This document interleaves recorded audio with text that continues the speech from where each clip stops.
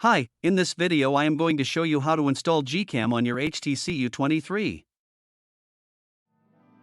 Step 1. Visit our website by clicking on the first link in the description. Step 2. On our website, go to the download section and download GCam APK file. Step 3. Go to video instruction section on our website. There you will find step-by-step guide on how to install that GCam APK. That's it. Don't forget to visit our website for complete instructions and APK file. Lastly, here's some GCam versus stock camera app comparison.